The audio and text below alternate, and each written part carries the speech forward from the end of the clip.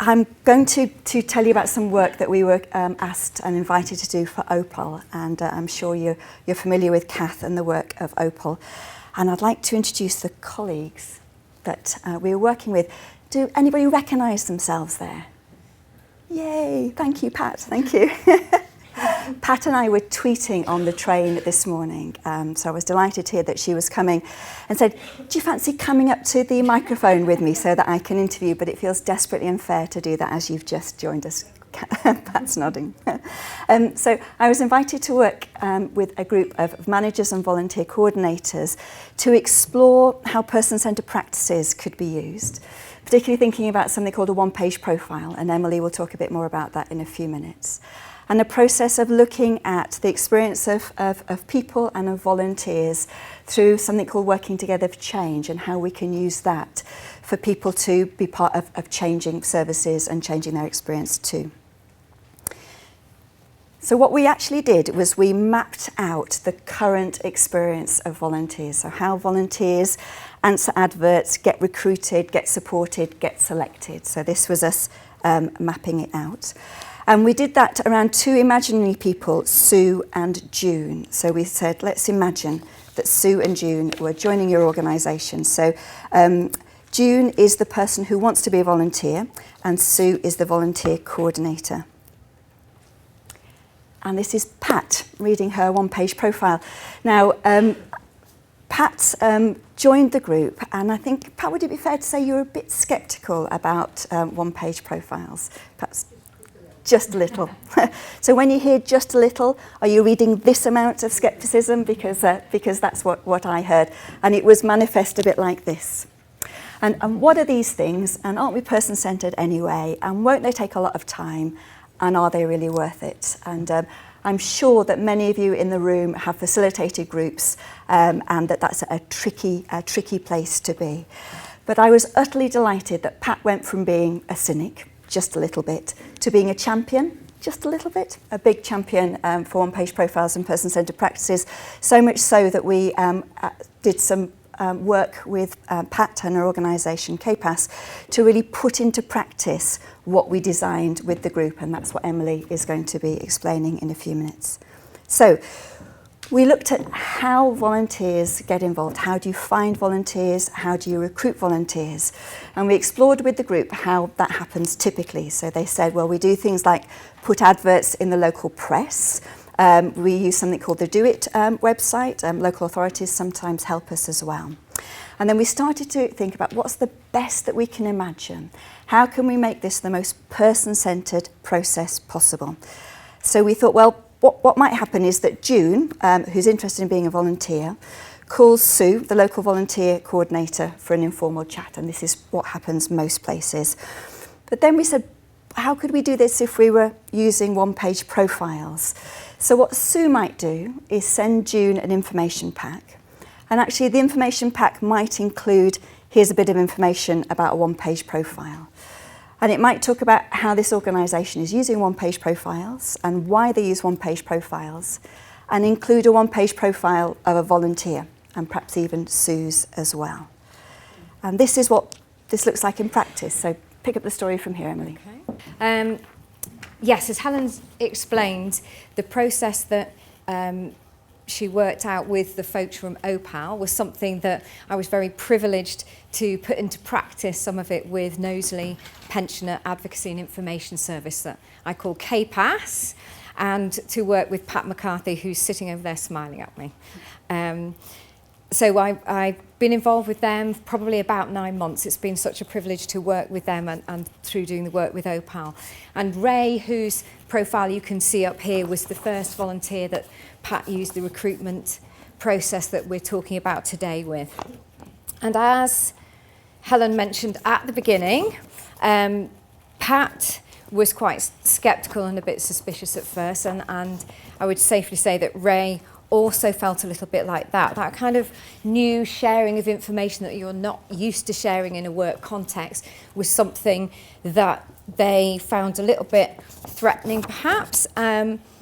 Ray said that he was sceptical. Pat explained to me how defensive she had felt right at the beginning, and wondered again how that one-page profile might help in KPAS. And I'm glad to say that once you'd seen that opportunity of how we could use one-page profiles really well to support volunteers in KPAS, I would say that Pat was a changed woman there. But from that conversation, an important thing came out, which was all about the information that volunteer coordinators could share with their volunteers before they started the process, to make sure that people were really well informed about one-page profiles and what they were. So, does it come up? We decided that we needed a guidance document for volunteers that would be sent out at that stage. And so we devised that together.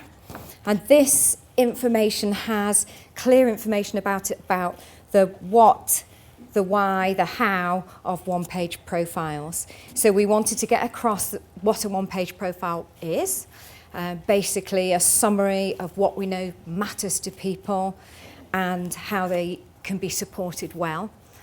And it also took them through the 3 sections that are the standard part of a one-page profile. So it explains about appreciations, what's important to me, and it tells others what other people value about you, the positive contributions that you can make, the gifts you bring, the talents you share in a situation.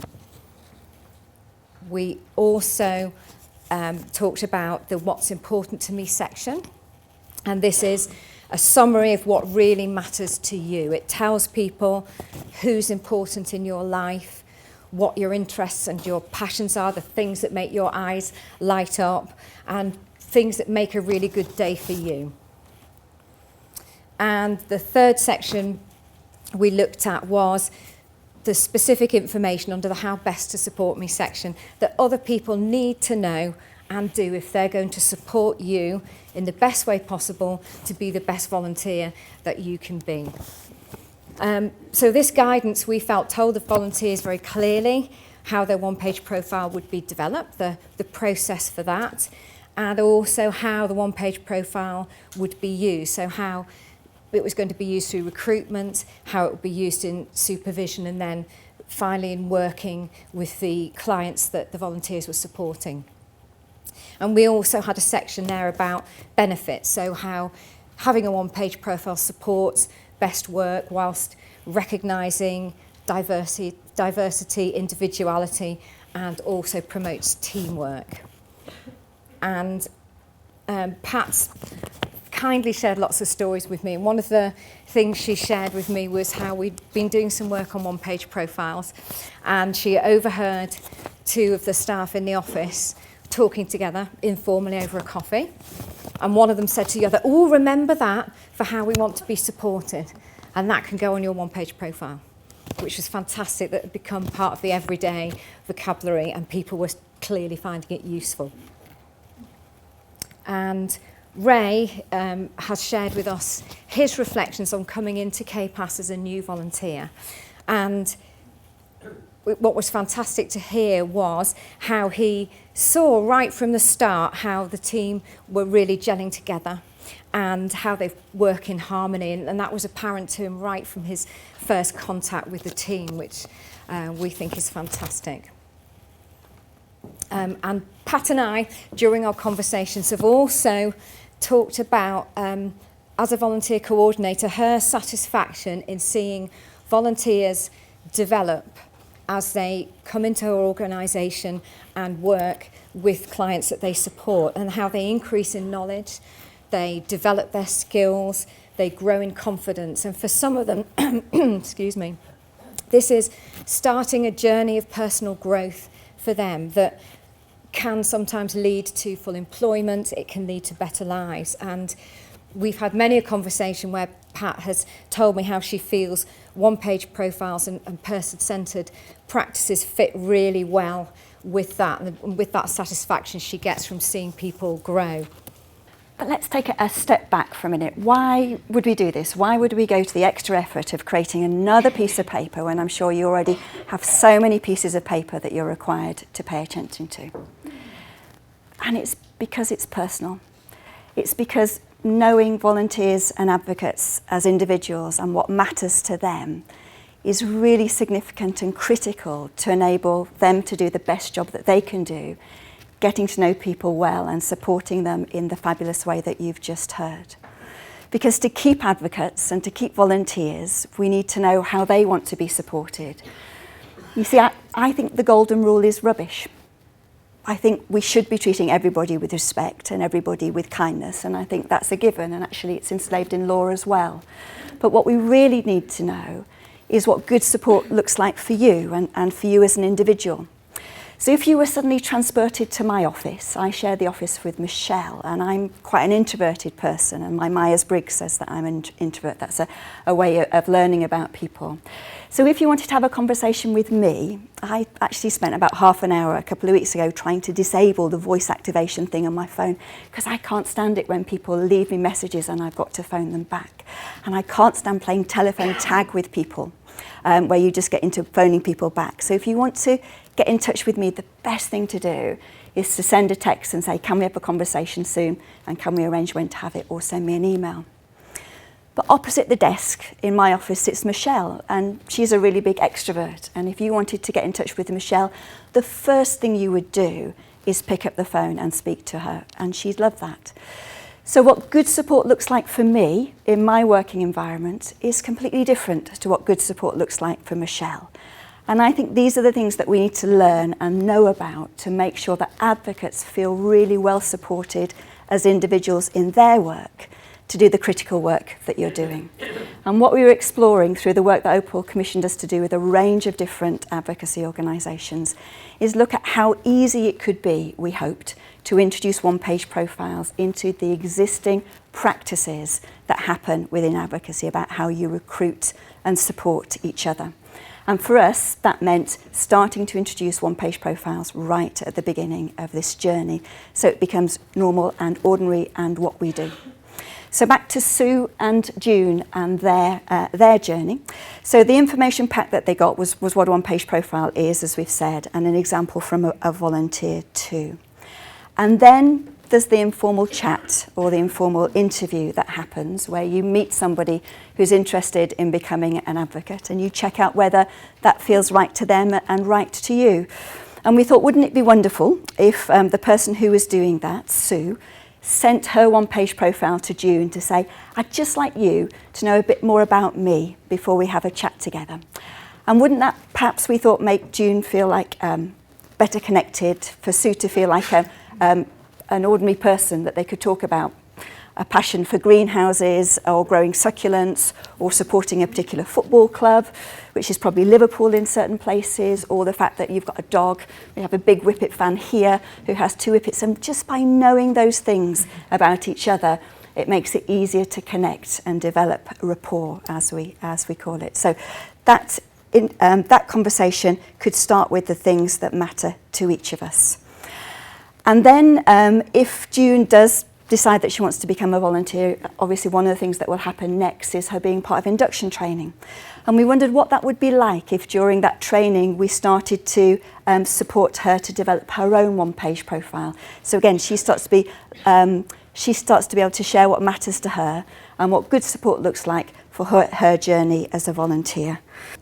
So at KPAS, I was involved with Pat's team doing induction or team building session with her, and I just wanted to take you through some of the things that we did and then talk to you a bit about how Pat found that. So we started our session using think cards. I'll talk a bit more about those in my workshop if the 40 places aren't already filled. Here's a bit of an advert. Do come and speak to me about that. So this was an activity with questions just like you see up there on the screen, just to get people talking, to everybody's voice to be heard, and to start finding out things about each other which were not the standard, my name is, this is where I work type of questions. So we found out about things like what was the first music you ever bought, what was your first job, what quality do you admire in other people, what's your favourite food and drink. Here we can see a couple of Pat's team having a chat about that, which was really good. And so within minutes, the room was buzzing. People were chatting and laughing and having a great conversation. We then went on to use some person-centered thinking tools. You can see the people up here using a tool called Good Day, Bad Day.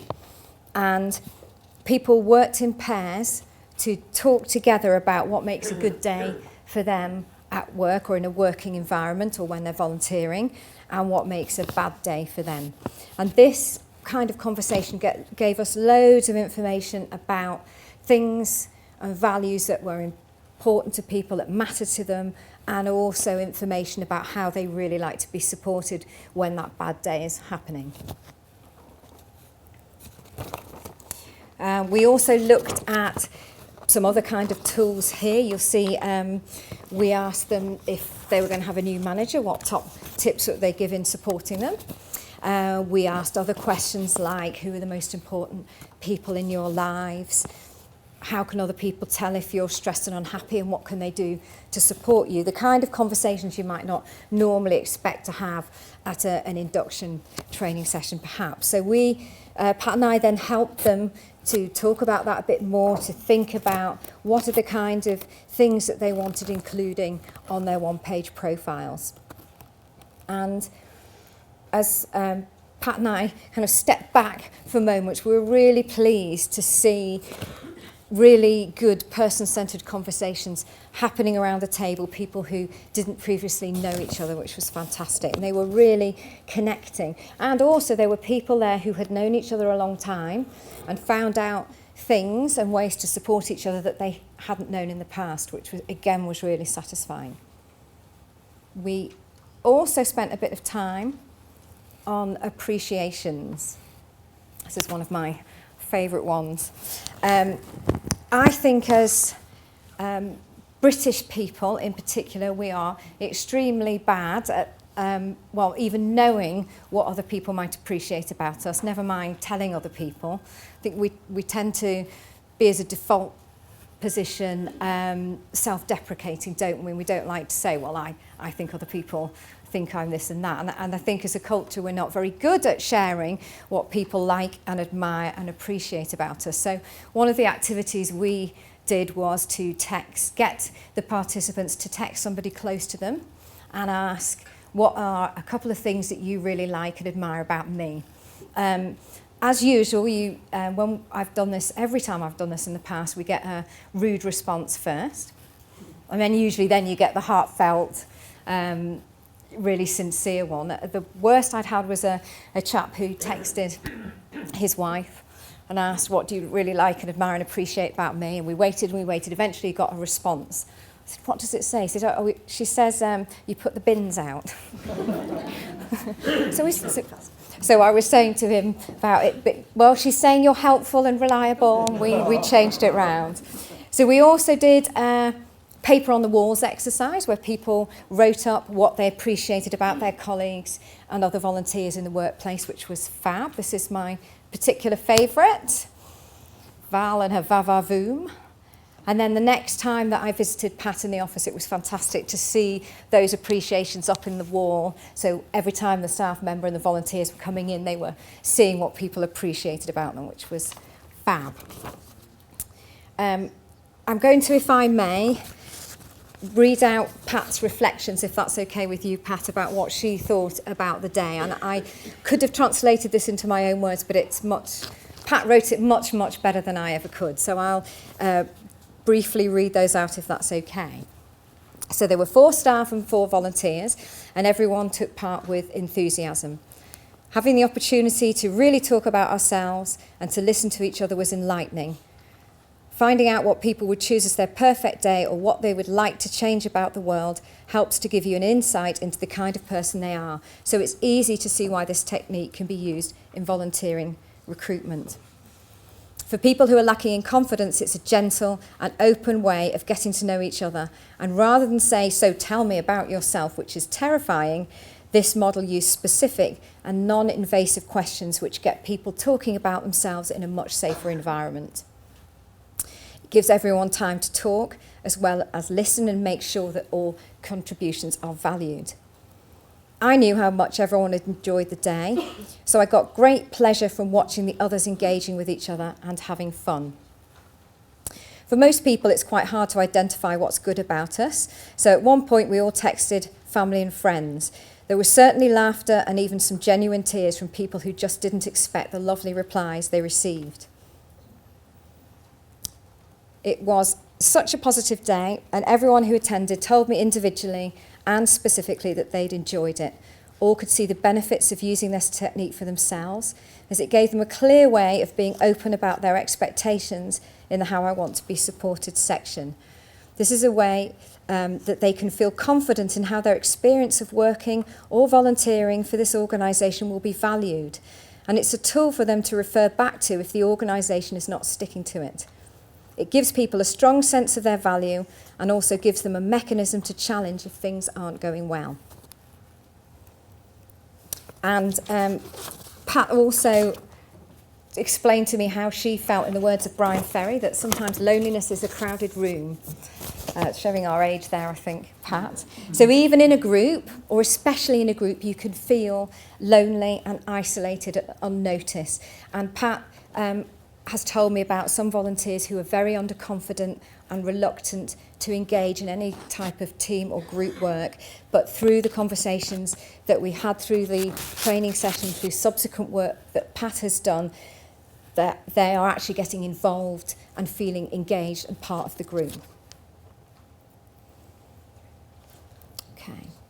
So going back to Sue and June, we talked, Helen talked about how June was clear about how her one-page profile would be used. And through that guidance document that we sent out and through conversation, Pat's been really clear with her staff and volunteers who their one-page profile will be shared with, and talked about a balance of home and work as well on that profile. So why do we include things from home? Well, that's all about, as Helen mentioned, connecting, isn't it? Making those connections, what's somebody interested in that I can talk to them about. Also, as a volunteer coordinator or a manager, I think it's a really good way of being alert when things don't go right. As a manager myself, I was managing somebody who told me through their one-page profile and our conversations that she's really into Bigfoot and conspiracy theories. She likes to go to bed early and read all about that. And one day over coffee, I said to her, "So what's the latest conspiracy theory, Fiona?" And she said, "Oh, do you know what? I don't know. I haven't really been keeping up with it." So I said, "Are you reading?" She said, "No, not really." So why aren't you reading? Well, I've got so much work to do when I get home, and I'm going to bed and I don't really have the energy to do it, and then I'm waking up in the night and I'm exhausted. So that, to me, set a huge alarm bell that this is a lady who has quite considerable stress building in work, and we were able then to talk about that and to address it and keep her in the workplace. Also, it's really helpful for matching, so looking at common interests between the volunteer, the advocate, and the person who they're going to be supporting. Even if you can't do this, I think how powerful it would be if the client, the person you're supporting, already has a copy of your one-page profile before you meet them, that they can know what to hang a conversation on before you even get there. They can rib you about being a Liverpool fan if that's what they want to do. Get out. Yeah, sorry. So what would the team of choice be, Kate? The Reds. The Mighty Reds. The Mighty Reds, right, okay. Lovely. Thank you. So this matters so that you can know each other really well and know how to support people well. And back to our story, June starts volunteering and Sue matches June to somebody who needs the service and is able to share the one-page profile beforehand. So it creates this sort of level playing field of knowing who the Reds are and why they matter, or the dog that you have, or the chickens that you love, or the fact that you like following conspiracy theories. Sue and June meet and they talk about how it's going. So whatever supervision or one-to-ones look like in your organisation, part of that is making sure that the one-page profile is still up to date. Have we learned anything more about you since you started in the last 6 weeks? And how well are we doing as an organisation, as me as the manager or coordinator, how well am I doing paying attention to what good support looks like for you and what's working and not working around that? And that means really knowing what good support looks like for volunteers and for advocates, and that we're paying attention to that. And then finally, I mentioned right at the beginning, there's a process called Working Together for Change, which means that what if we took the top 2 working and top 2 not working for every advocate that you worked with, and pull that together with advocates to say, here are the themes of what's really working well in KPAS or in this local area, and here are the themes of things that we could get even better at that people tell us aren't working so well. And what can we do together to make that change? And that's the co-production that we heard about earlier on. So this working and not working can be based on what matters to somebody and how they want to be supported. And we just really wanted to give you an opportunity to think, is this another way that could be useful for you to make sure that advocates and volunteers are really well supported in your organisations? Because you are doing the critical work that will show whether we can live up to what the expectations of the Care Act are and deliver better and personalised support and figure out how to make sure people's voices are heard and do our bit to uphold the Human Rights Act as well. And we can only do that if we know each other well and support each other well, and if the place that people are working feels like a person-centred place to work and be as well. So thank you very much for listening to us. We really appreciate the opportunity. We've got some information that we can share later on if you're interested, and you will have heard Emily's plug for her workshop. Please don't just have 3 people there with her this afternoon. Please come and join us. And we're delighted to be part of the work that OPAL are doing and look forward to keeping people in touch with how that's going. Thank you very much.